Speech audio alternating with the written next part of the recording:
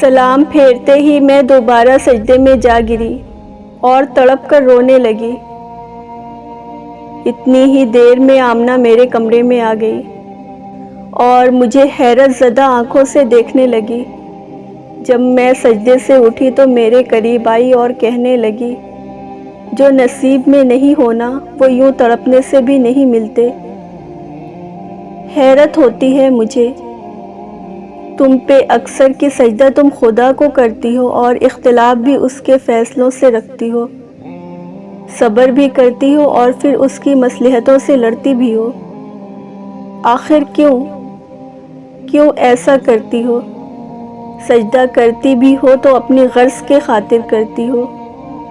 میں اس بات پر مسکرائی اور اس کا ہاتھ تھام کر بس اتنا کہا کہ خدا کے فیصلوں پہ لاکھ دفعہ آمین کہتی ہوں، اور دعا تو شان ہے اس کی۔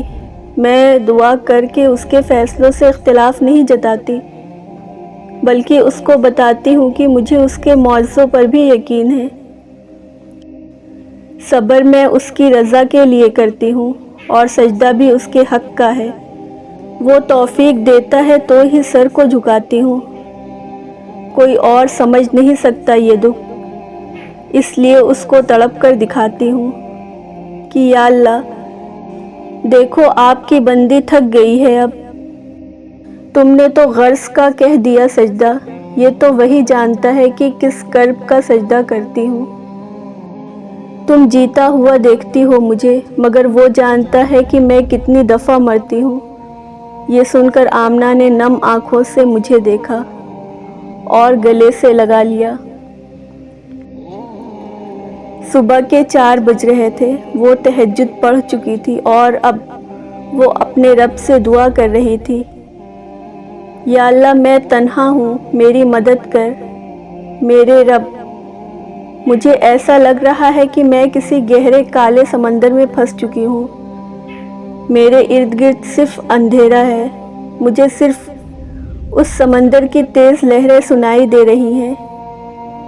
یا اللہ میں ڈر رہی ہوں، مجھے خوف ہے یہ لہریں مجھے ڈبو دیں گی، مگر میرا یہ ڈر میرے تجھ پر یقین سے بڑا نہیں ہے۔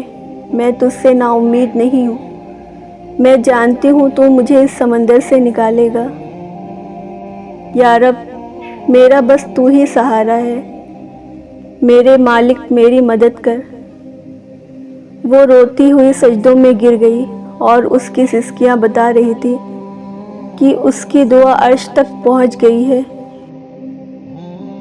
وہ تمہاری روتی ہوئی آنکھوں کو یوں ٹھنڈا کر دے گا جیسے اس نے یعقوب کی آنکھوں کو ٹھنڈا کر دیا تھا۔ وہ تم تک ہر کھوئی ہوئی چیز بھی یوں واپس لے آئے گا جیسے وہ اندھے کنویں سے یوسف کو نکال کر یعقوب تک لے آیا تھا۔ کیا ہو سکتا ہے اور کیا نہیں، یہ سوچنا تمہارا کام نہیں، تمہارا کام بس دعا کرنا ہے۔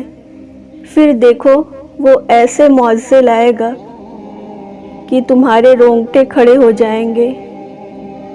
سو تم بس وہ کرو جو تمہارا کام ہے، اللہ بھی تو وہی کر رہا ہے جو اس کا کام ہے۔